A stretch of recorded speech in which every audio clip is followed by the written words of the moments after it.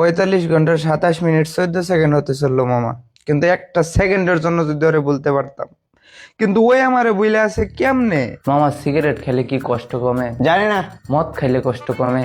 আমার এইখানে আর একটু ভালো লাগতেছে না আম্মা, আমি বাড়িতে চলে আসবো কালকে। কিরে এমন করতেছিস কেন? জ্বর আইছে নাকি? জ্বর তো একটা সামান্য রোগের নাম, আমার হয়েছে ক্যান্সার। ক্যান্সার? কিসের ক্যান্সার? আমার মনের ক্যান্সার, হৃদয়ের ক্যান্সার, মস্তিষ্কের ক্যান্সার। আমি মনে হয় না বেশি দিন বাঁচবো রে, দোয়া করিস।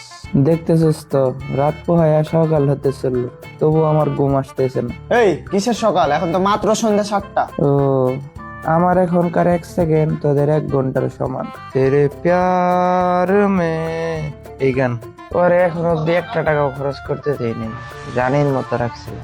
তারপরেও চলে গেল শামস ভাইয়ের ঘুম ভালোবাসি রে গান, বলিউডের কঠিন স্যাড সং, শুনলে যত কান্না পাই। মামা একটা ডাক্তার ডাকবি, নিউরোলজিস্ট। ডাক্তার কেন? মনে হয় আমার শরীরটা প্যারালাইজড হয়ে গেছে, হাত পা কিচ্ছু নড়াইতে পারতেছি না। ওই তো হাত নাড়াইতে পারতেছস। ও, আমার তাহলে মানসিক সমস্যা হয়ে গেছে, পাবনা মেন্টাল হসপিটালে ভর্তি করাই দিয়েই তাহলে। রাজু, বন্দুক কিনতে কয় টাকা লাগে রে, রিভলভার? বহুত টাকা লাগে। কেন? ভবিষ্যতে যদি রাস্তাঘাটে ওর সাথে কোনোদিন দেখা হয়ে যায়, ওই দিন তো ইউজ করতে পারবো। একদম কপাল বরাবর একটা শুট করে দিব, যেখানে টিপ পড়তো। এই চল খাই আসি। না রে, খাইতে যাব না, আমার ভাত গলা দিয়ে নামে না। কি কস? না খাইলে কি চলবো? চল। না রে মামা, আমি কিছু খাবো না, তুই খাই আয়। আচ্ছা ভাত বাদে অন্য কিছু খাবি? একটা হালিম, একটা স্যান্ডউইচ, একটা বার্গার, একটা হটডগ, সাথে 1 কাপ দই।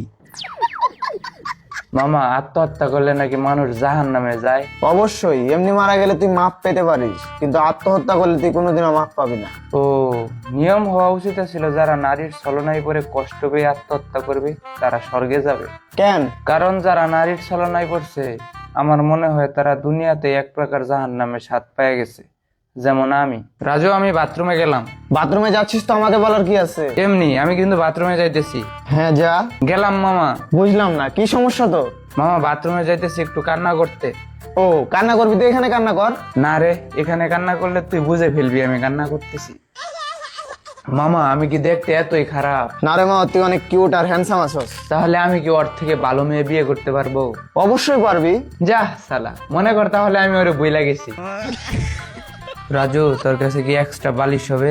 কেন? আমার বালিশটা আমার চোখের পানিতে ভিজে একদম চুপচুপ হয়ে গেছে, ওইটাতে আর ঘুমানো যাব না। তারপর সে পারো সাজিল, আমি দেবদাস, তাহার হইল সুখের সংসার আর আমার সর্বনাশ। মামা, ওরে কি ব্লগ দিয়ে দিতাম? এখনো তুই ব্লগ দিস নাই? না, আমি এখনো দেই নাই, কিন্তু ওই আমার অনেক আগেই দিয়ে দিছে। আরে চিন্তা করিস না, এক সময় এগুলো ঠিক হয়ে যাবে। আমিও জানি এক সময় সবকিছু ঠিক হয়ে যাবে, কিন্তু এখন তো আর আমি বাঁচতেছি না। ওই এক সময় দিয়ে এখন আমি কি করব? মামা চল নামাজে যাই, নামাজে গেলে মানসিক শান্তি পাওয়া যাবো। এখন আর মন থেকে কারোর সাথে রিলেশন করব না, এখন টাইম পাস করবো শুধু।